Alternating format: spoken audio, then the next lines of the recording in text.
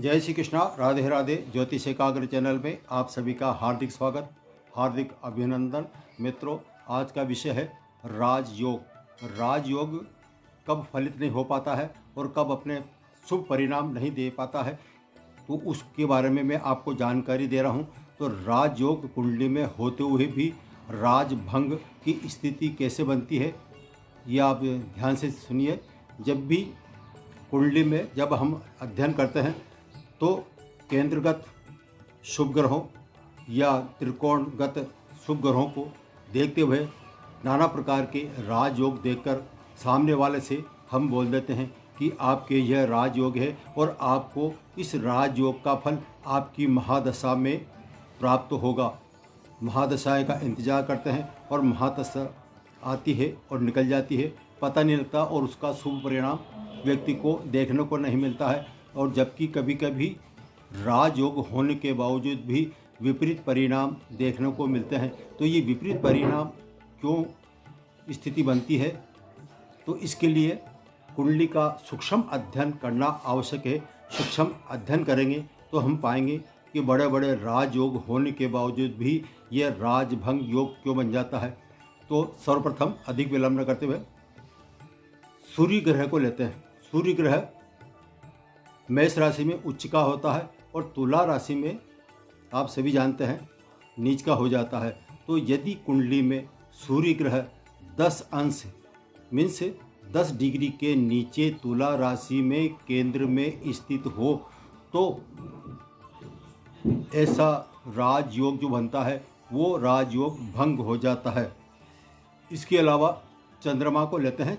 सूर्य के बाद में चंद्रमा या मंगल या चंद्रमा और मंगल यदि केंद्र में स्थित हो या फिर मेष राशि, काल पुरुष की कुंडली मेष राशि आती है, तो मेष राशि में यदि चंद्रमा और मंगल की युति संबंध लग्न में, मेष राशि यानी लग्न बनता है काल पुरुष की कुंडली के अनुसार, तो मेष राशि में चंद्रमा के साथ मंगल स्थित हो। मंगल मेष राशि का स्वामी होता है और स्वग्रही होकर अधिकतर हम कह देते हैं कि यह राजयोग बन गया।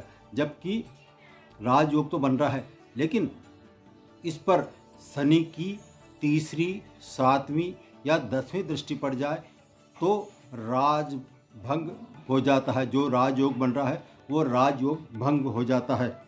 अन्य शुभ ग्रहों की दृष्टि नहीं पड़ेगी तब भी राजभंग योग हो जाता है। अब आता है नंबर 3। यदि किसी जातक का मंगलवार के दिन जन्म हुआ हो और शनि केंद्र में बैठा हुआ हो और शुभ ग्रह उसको नहीं देख रहे हों, कुल मिलाकर किसी जातक का जन्म मंगलवार के दिन हुआ हो और शनि केंद्र में किसी भी अवस्था में चाहे उच्च का भी बैठा हो लेकिन उस पर शुभ ग्रहों की दृष्टि नहीं पड़ रही हो, तो अच्छा योग होने के बावजूद भी वह राजभंग योग कहलाएगा। अब आता है यदि नेक्स्ट पैरा, यदि चंद्रमा लग्न में हो और शनि केंद्र में किसी भी स्थान पर हो, चौथे, पहले, 7वें या 10वें किसी में भी शनि स्थित हो और 12वें स्थान पर गुरु हो, कुंडली का 12वां स्थान उस पर गुरु बैठा हुआ हो, और तो ये राजभंग योग कहलाता है। नेक्स्ट पैरा में बता रहा हूँ आपको। गुरु मकर राशि में उच्च का नहीं होता, गुरु कर्क राशि में उच्च का होता है और मकर राशि में वो नीच का हो जाता है। तो यदि गुरु नीच अवस्था में बैठा हुआ हो और पाप ग्रह उसको देख रहे हों तो राजभंग हो जाता है। नेक्स्ट पैरा, राज योग होने के बावजूद भी राजभंग क्यों हो जाता है, इसके बारे में अगला पैरा चर्चा कर रहा हूँ। लग्न से छठा स्थान वैसे ही हम त्रिषडा कुंडली कहते हैं। 6, 8, 12 वैसे ही दुख ग्रह होते हैं और ये इसमें ऐसे में लग्न से छठे भाव में सूर्य और चंद्रमा स्थित हो और उन्हें शनि देख रहा हो तो राजभंग योग माना जाएगा। नेक्स्ट पैरा है लग्न का स्वामी यदि नीच राशि में सूर्य के साथ केंद्र में या त्रिकोण में बैठा हुआ हो और उस पर सूर्य की दृष्टि पड़ जाए तो सूर्य के नहीं, शनि की दृष्टि पड़ जाए तो अच्छा राजयोग होने के बावजूद भी राजयोग भंग हो जाता है। अब इसको थोड़ा सा मैं उदाहरण से बताता हूँ। वृश्चिक लग्न का आप एक लग्न चार्ट बनाइए। वृश्चिक लग्न का आपने चार्ट बनाया और उस पे 9वें स्थान पर कर्क राशि आती है, तो कर्क राशि पर उसको मंगल लिखिए और मंगल के साथ में सूर्य लिख दीजिए। 12वें स्थान पर शनि लिखिए। अब वृश्चिक लग्न में जो मेष राशि और वृश्चिक राशि का स्वामी जो होता है वो मंगल होता है। तो वृश्चिक लग्न का स्वामी कर्क राशि में जब बैठेगा तो कर्क राशि में मंगल का बैठना वो नीच कहलाएगा। तो यह लग्न नीच अवस्था में बैठा हुआ है और उसके साथ में सूर्य भी बैठा हुआ है। सूर्य के साथ मंगल का बैठना और 12वें भाव में शनि बैठने के कारण शनि की 10वीं दृष्टि 9वें भाव पर पड़ रही है, तो ऐसे में राजभंग योग हो जाता है।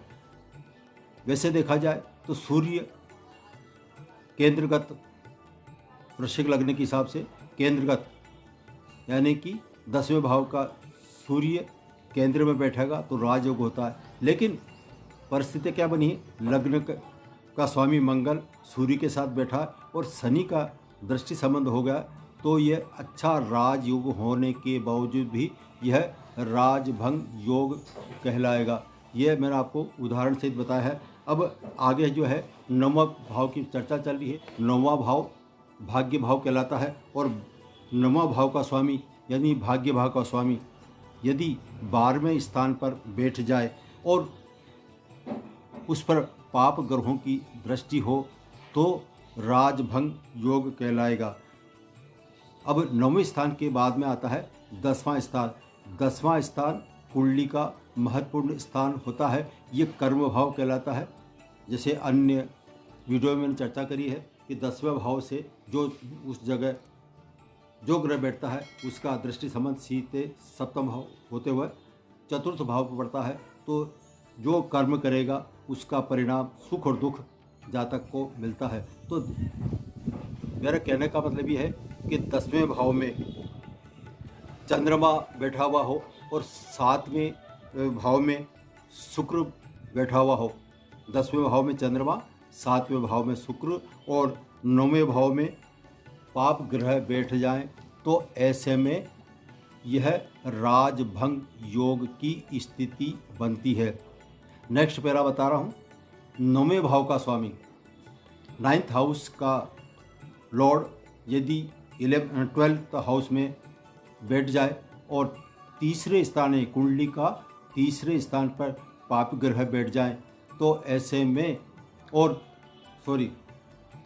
9वें भाव का स्वामी 12वें भाव में और पाप ग्रह तीसरे स्थान पर बैठा हो और 12वें भाव का स्वामी यदि द्वितीय स्थान पर दूसरे धन भाव में बैठ जाए, तो ये स्थिति राजभंग योग की बनती है। अब 10वें नेक्स्ट पैरा है। 10वें भाव का स्वामी शुभ ग्रह हो और उस पर किसी शुभ ग्रहों की दृष्टि नहीं पड़ रही है, पापी ग्रहों की दृष्टि पड़ रही है, या फिर 10वें भाव में पाप ग्रह बैठे हुए हों और उस पर शुभ ग्रह की दृष्टि नहीं हो, दोनों ही कंडीशन में राजभंग योग बनता है। अब लास्ट में जो पैरा बता रहा हूँ वो महत्वपूर्ण है। नेक्स्ट पैरा है 10वें भाव का स्वामी शुभ ग्रह हो और उस पर किसी शुभ ग्रहों की दृष्टि नहीं पड़ रही है, पापी ग्रहों की दृष्टि पड़ रही है, या फिर 10वें भाव में पाप ग्रह बैठे हुए हों और उस पर शुभ ग्रह की दृष्टि नहीं हो, दोनों ही कंडीशन में राजभंग योग बनता है। अब लास्ट में जो पैरा बता रहा हूँ वो महत्वपूर्ण है। 10वें भाव में 10वें भाव के अलावा अन्य ग्रह 2 या 2 से ज़्यादा कुंडली के किसी भी स्थान पर अधिकतर ग्रह नीच अवस्था में बैठे हुए हों, जैसे मंगल है वो कर्क राशि में बैठा हुआ हो और चंद्रमा वृश्चिक राशि का बैठा हुआ हो, तो 2 या 2 से अधिक 10वें भाव को छोड़कर 10वें भाव के अलावा अन्य केंद्रगत या त्रिकोण में